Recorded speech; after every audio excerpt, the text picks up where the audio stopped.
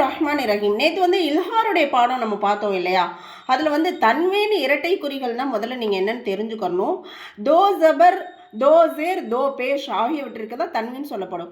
இந்த தோ ஜபருக்கு பக்கத்துல எல்லாம் எப்போவுமே ஒரு அலீஃப் வரும். ஆனால் அந்த அலீஃப் எல்லாமே சைலண்டாக தான் இருக்கும், உச்சரிக்கப்படாது. இந்த தன்வீனை தான் மூக்கினால ஓதணும்னு சொல்கிறாங்க. எப்படி மூக்கினால ஓதுறது?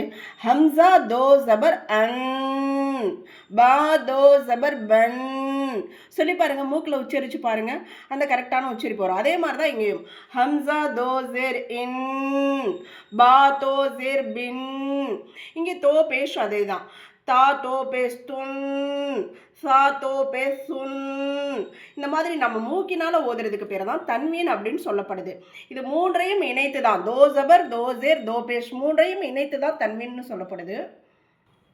தொடர்ந்து நம்முடைய வீடியோக்களை பாருங்கள், அப்போ தான் நம்ம சொல்லக்கூடிய அந்த தினமும் சட்டங்கள் விளங்கும் இன்ஷா அல்லாஹ். நம்ம நேற்று சொன்னதில் இந்த இல்ஹாருடைய 6 எழுத்துக்கள் சொன்னோம் இல்லையா? இதில் தான் சொல்கிறாங்க நூன் சாக்கின்னா நம்ம என்னன்றதை நேற்று நம்ம பார்த்தோம். சுக்கூன் பெற்ற நூனிற்கு நூன் சாக்கின் அப்படின்னு சொல்லப்படும்.